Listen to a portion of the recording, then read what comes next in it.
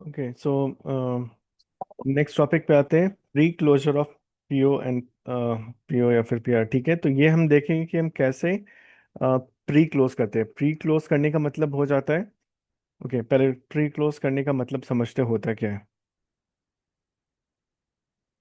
Let's say हमने purchase order create किया किसी मटेरियल का।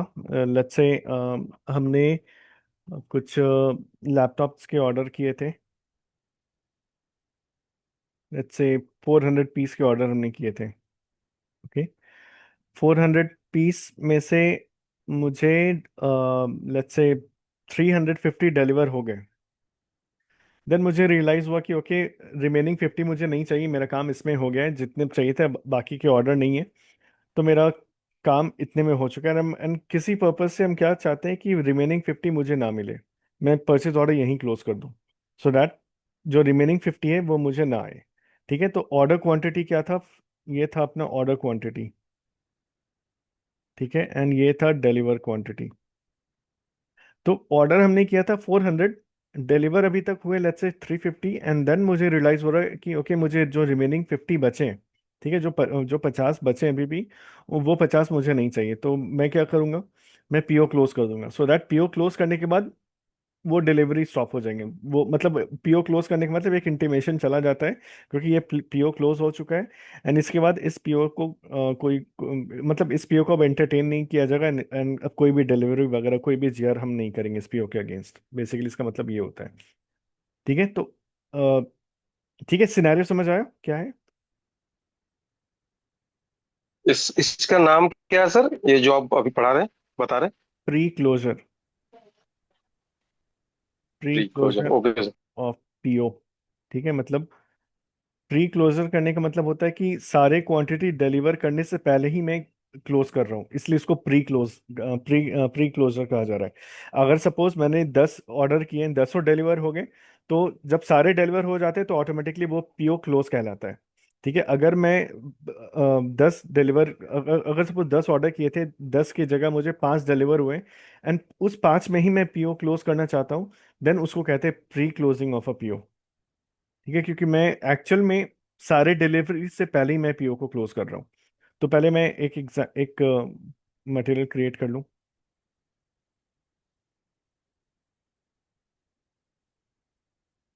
जैसे कोई टेस्ट मटेरियल मैंने ले लिया है, कोई भी मटेरियल होगा।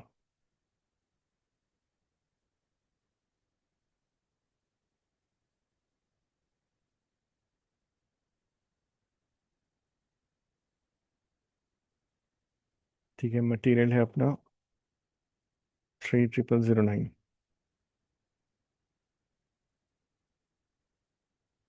ओके, तो लेट्स से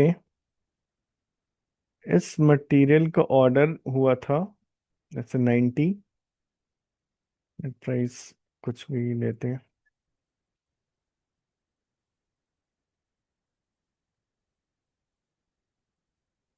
ओके, ये 90 क्वांटिटी का ऑर्डर प्लेस हुआ था।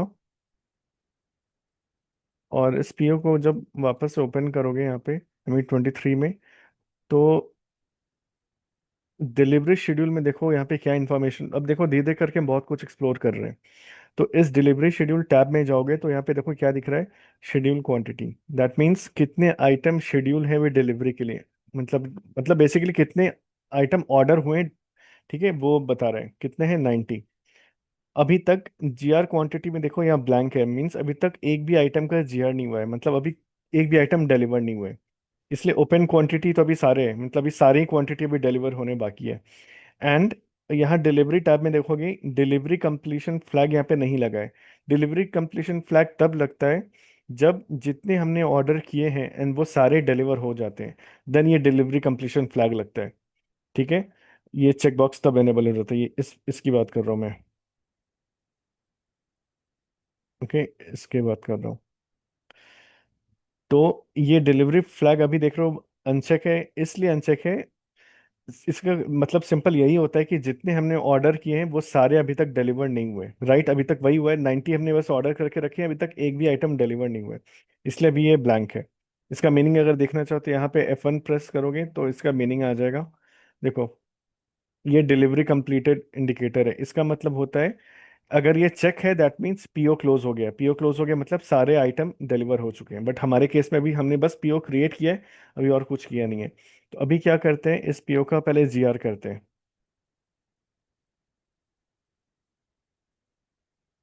ओके, पहले हम कंप्लीट जीआर करते हैं, पहले समझते हैं कि ये काम कैसे करता है। A01 गुड्स सीट, से सारे क्वांटिटी को हम रिसीव कर रहे हैं, इसको करते हैं चेक, पोस्ट, जीआर पोस्ट हो गया। अब पीओ में वापस चेक करते हैं।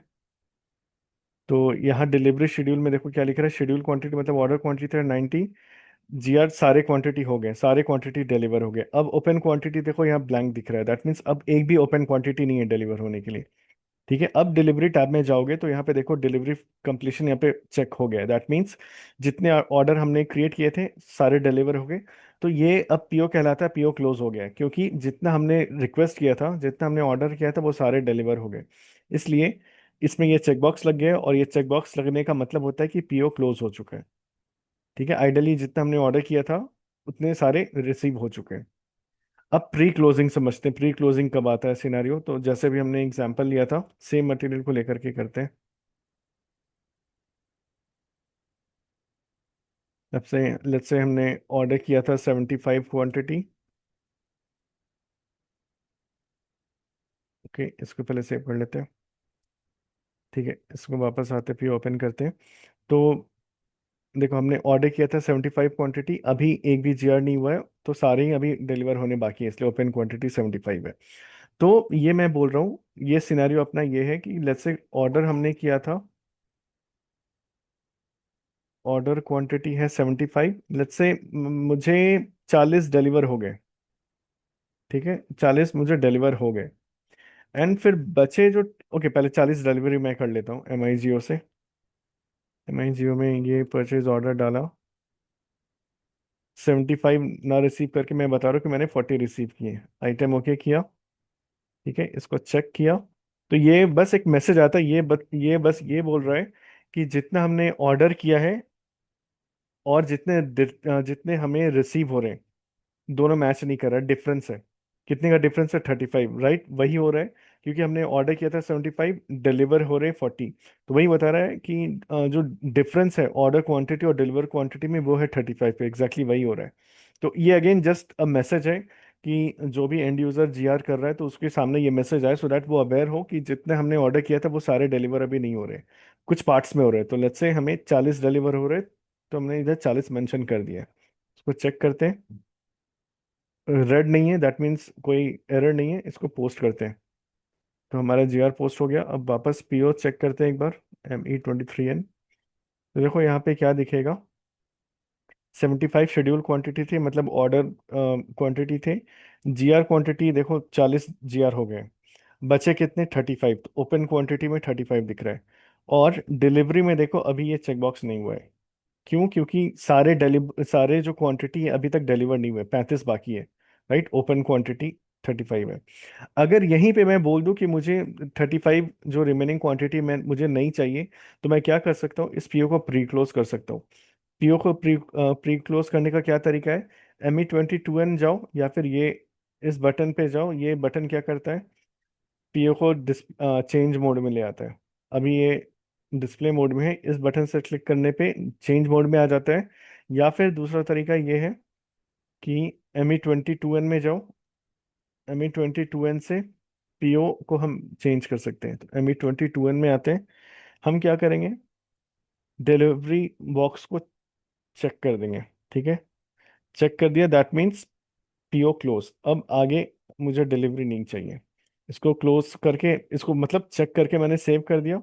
अब वापस से पीओ में आएंगे, डिलीवरी शेड्यूल में जाएंगे, तो देखो ओपन क्वांटिटी यहाँ पे ब्लैंक हो गया, अभी यहाँ पे 35 नहीं दिख रहा है।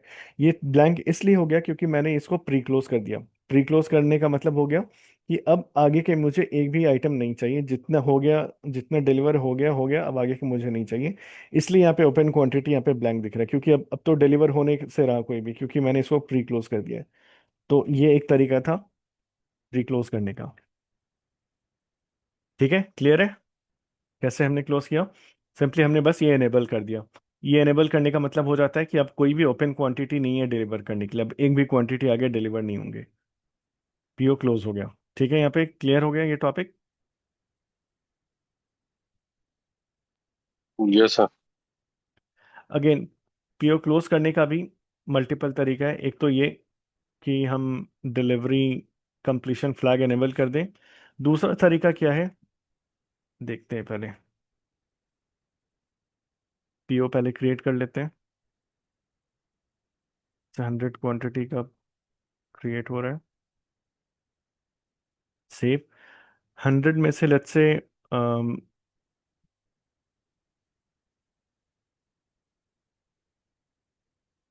100 में से मुझे 80 डिलीवर हुए। ओके, 80 डिलीवर हुए। इसको चेक करते हैं। पोस्ट पोस्ट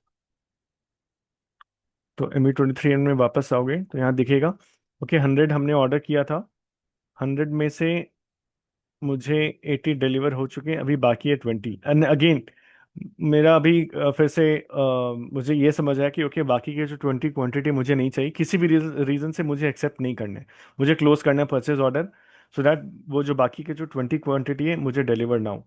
तो मैं क्या कर सकता हूँ, अगेन इसके एडिट मोड में जाकर के या ME22 में जाकर के इस मटेरियल को सेलेक्ट करके ये ब्लॉक कर सकते हैं। ये ब्लॉक करने के बाद क्या हो जाएगा, ये आगे अलाउ नहीं करेगा। देखो यहाँ पे ये लॉक लग गया है।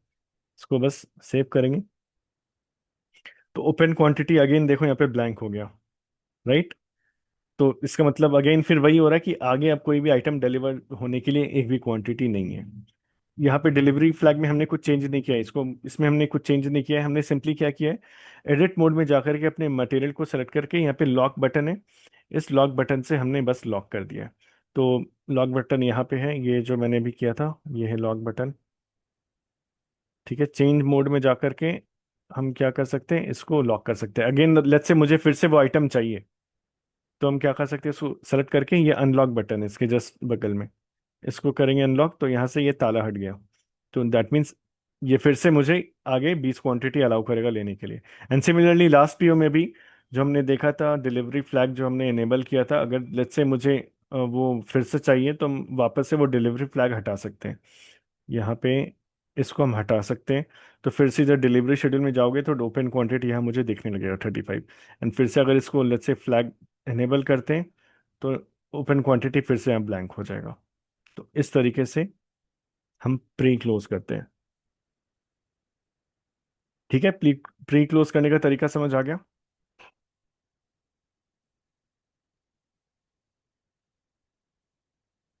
क्लियर है टॉपिक।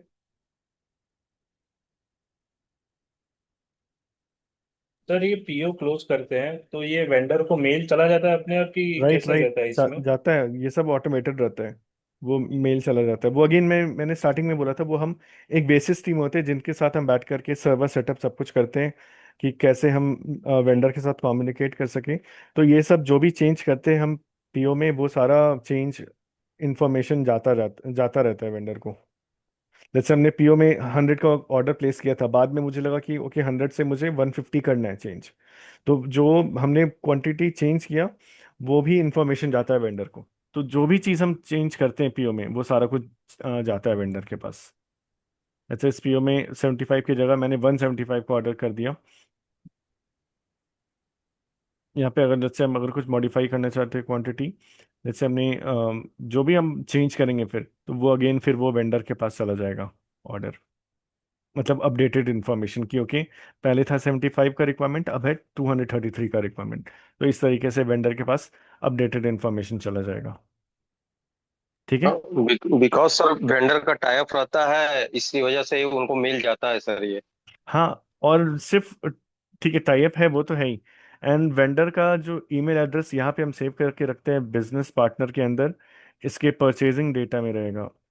सॉरी, परचेजिंग डेटा में नहीं, जनरल डेटा में रहेगा। सॉरी, जनरल डेटा में यहाँ पे ईमेल एड्रेस का एक ऑप्शन रहता है।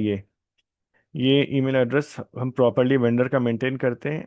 ठीक है, एंड इस ईमेल एड्रेस पे, ये वेंडर का ईमेल एड्रेस रहता है, इस ईमेल एड्रेस पे वेंडर को सारा इन्फॉर्मेशन जाता जाता है।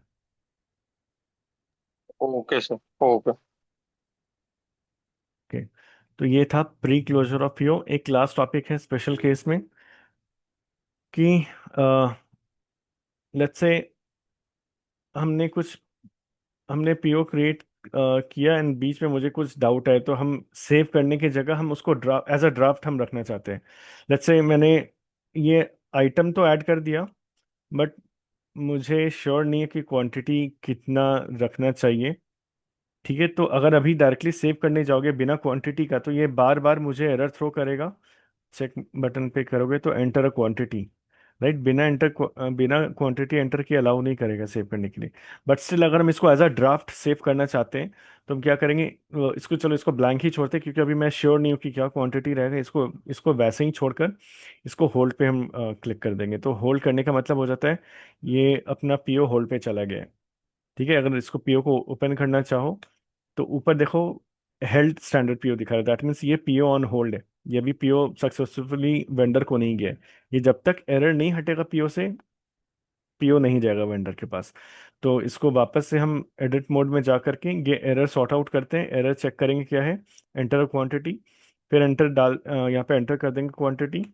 एंड फिर देखो ये एरर मार्क यहाँ से चला गया, रेड मार्क यहाँ से भी रेड मार्क चला गया। इसको वापस से चेक करेंगे तो अभी रेड मार्क नहीं आ रहा है, डॉक्यूमेंट इज ओके आ रहा है, सब कुछ सही है। एंड देन फिर हम सेव कर पाएंगे।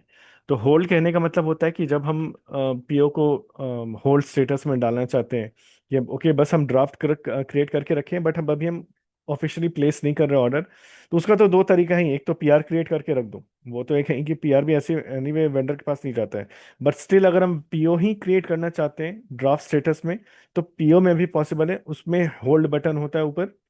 ओके, यहाँ पे जब फ्रेश पीओ क्रिएट करने जाओगे तो यहाँ पे होल्ड बटन रहेगा। इस होल्ड बटन पे क्लिक करते ही पीओ ड्राफ्ट में एज अ ड्राफ्ट सेव हो जाता है, होल्ड पे चला जाता है। ठीक है, क्लियर है टॉपिक? सर हम लोग पीआर भी होल्ड कर सकते हैं ना? पीआर को होल्ड करने का कोई सेंस नहीं बनता, क्योंकि पीआर एनीवे पीआर में ऑप्शन नहीं है। वही मैं बोल रहा था, पीआर को होल्ड करने का सेंस नहीं बनता है, क्योंकि पीआर में कुछ भी करो ये वेंडर के पास इंफॉर्मेशन नहीं जाता। ये मैंने स्टार्टिंग में ही बोला था। पीआर सर इंटरनल इंटरनल है ना सर, पीआर हाँ तो राइट, इंटरनल होता है। ये इंटरनल डॉक्यूमेंट होता है। ये एक एज अ ड्राफ्ट इसको बोल सकते हैं। ये सिर्फ इंटरनल यूज के लिए होता है। ये इसका इंफॉर्मेशन वेंडर के पास नहीं जाता है। जो भी काम हम पीओ में करते हैं वो सारा इंफॉर्मेशन जाता है वेंडर के पास। Okay sir. ओके, सो इस तरह हमारा 50% सिलेबस कंप्लीट होता है। ओके, सो 50% सिलेबस कंप्लीट होने के बाद हमें मैनेजमेंट को बस मेल डालना होता है कि हमने 50% सिलेबस कंप्लीट किया है। तो आप लोग अपने ईमेल एड्रेस व्हाट्सएप पे डाल देना कि क्योंकि मैं एक मेल ड्रॉप करूंगा कि कंफर्म करने की हमने 50% सिलेबस कंप्लीट किया है। आप लोगों को बस उस मेल का एक्नॉलेज करना है कि यस वी हैव कंप्लीटेड। उसके बाद फिर जब सारे का एक्नॉलेजमेंट हमें मिल जाएंगे, उसके बाद फिर हम प्रोसीड करेंगे नेक्स्ट 50% ऑफ द सिलेबस। तो next 50% of the syllabus mainly configuration part है। तो अभी तक हमने देखा है सारे स्टैंडर्ड प्रोसेस एमएम के अंदर। अभी जो नेक्स्ट 50% है, उस 50% में एक दो टॉपिक है स्टैंडर्ड प्रोसेस, बाकी सारे कॉन्फ़िगरेशन टॉपिक है, सारे स्टैंडर्ड कॉन्फ़िगरेशन टॉपिक। तो ठीक है, तो आप लोग सब लोग अपने ईमेल एड्रेस व्हाट्सएप ग्रुप में डालो कि मीन्स आप कौन से ईमेल एड्रेस यूज़ करो, क्योंकि उस ईमेल पे मैं ईमेल ड्रॉप करूंगा saying that we have completed 50% of the syllabus. And आपको बस एक्नॉलेज करना है कि यस वी हैव कंप्लीटेड। ठीक है, उसमें बेसिकली जेबरन के मैनेजमेंट रहेंगे, उनको इन्फॉर्म करना होता है। ओके, सर मैं एक तो वो पूछ रहा था, जो आपका सैप का इंटरफेस है ना सर, वो हमारा डिफरेंस आ रहा है सर, मेरा डिफरेंस है, अलग है। इस बारे में हमने ऑलरेडी डिस्कस किया था कि हम कैसे उसको नहीं, वो थीम। मैंने कर लिया सर, वो मैंने कर लिया, अभी भी वो अलग ही है। तो मैंने जेबलर टीम से बात की थी, तो वो कह रहे हैं कि हमने सारा डाटा रीसेट कर दिया था। तो तुम एक बार ना ट्रेनर से बात करो, जो आपका जो इंटरफेस ऊपर है बैक का, जैसे येलो मार्क है ग्रीन मार्क है, वो ऐसा कुछ स्क्रीन नहीं है शेयर सर। करोगे, वो स्क्रीन शेयर मेरा करोगे? स्क्रीन तो अभी सर नहीं कर पाऊंगा, बट मैंने फोटो भी डाली हुई है। और वो जो बीपी हम जनरेट करते हैं ना सर, हम्म, वही है, बस खाली बिजनेस पार्टनर का एक ही कॉलम आ रहा है, वो बाकी नहीं आ रहे हैं। वही मैंने फोटो भी शेयर की हुई है सर ग्रुप में। एक सेकेंड। तो मैं ओके, प्रैक्टिस भी नहीं तो कर पा रहा हूँ। हाँ जी। ये चीज़ मैंने आई थिंक 2-3 क्लास पहले मैंने बताया था, थीम कैसे चेंज करते हैं। ये इसका बेसिकली थीम चेंज करना है। थीम चेंज करोगे तो अच्छा। जैसा मेरा दिख रहा है वैसा बिल्कुल सेम दिखेगा। ये हमने ऑलरेडी किया है। अगर सर नहीं वो कहाँ पे, एक बार थोड़ा भेज दो, बता तो दोगे? स्क्रीन शेयर करोगे तो मैं बता सकता हूँ फिर। आप अपनी अभी सर लाइट नहीं है तो लैपटॉप चार्ज नहीं है, मैं फोन से मुझे कनेक्ट हूँ। आज एक तो क्योंकि ना क्लास टंकी खराब रिकॉर्डिंग है। देखा करो, नहीं तो फिर एक ही चीज बार बार रिपीट करना हो जाएगा। नहीं नहीं, मैं समझ गया सर, एक बार बता दो मेरे को।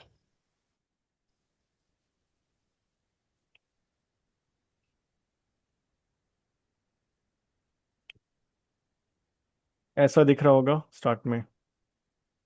हाँ जी हाँ जी हाँ जी, बिल्कुल बिल्कुल बस सर। इसमें राइट सर, हाँ करना, जी सर, बिल्कुल ये है। यहाँ पे ऑप्शन रहेगा, किधर गया, यहाँ पे ऑप्शन है। ऑप्शन में हाँ जा जी सर। करके इसको बस हमें सेलेक्ट करना है, SAP सिग्नेचर। हाँ signature classic, okay I think signature है, एक बार देख लेते हैं। दोनों में से कोई एक है, देख लेते हैं, फिर इसको एग्जिट कर देना and वापस से री लॉग इन करना। यस, तो सिग्नेचर थीम हमें सेलेक्ट करना है, बस और कुछ नहीं। और एक एक सर और था, आप जो हम सर वेंडर के लिए चेक करते हैं ना, वेंडर किसी को वो बनाने के लिए वेंडर चेक करते हैं इको से। तो इको में भी जो किंग क्रिएट करते हैं ना किंग आईडी से, वो नहीं आ रहा, कुछ और ही आ रहा है, यूएसए का साइड का आ रहा है कुछ। जैसे आप टेबल चेक करोगे ना SE16N से, फिर हम इको करते हैं उसमें से वो डालते हैं हम अपना प्लांट कोड डाल के वो देखते हैं। यहाँ हाँ जी हाँ जी। EKKO में तो परचेज ऑर्डर मिलता है। हाँ जी हाँ जी, परचेज ऑर्डर देखने के लिए इसमें हम तब वो डालते हैं ना, ये वो डालो, आप प्लांट कोड डालोगे ना EKKO नीचे। में प्लांट नहीं रहेगा, EKPO में रहेगा। हाँ इसमें ही सर, प्लांट इसी में ही था सर, इको में आपने EKKO में नहीं बताया था रहता सर। है, EKKO में नहीं रहता, EKPO में रहता है। यहाँ पे प्लांट अच्छा मिलेगा, अच्छा। ये है प्लांट यहाँ पे।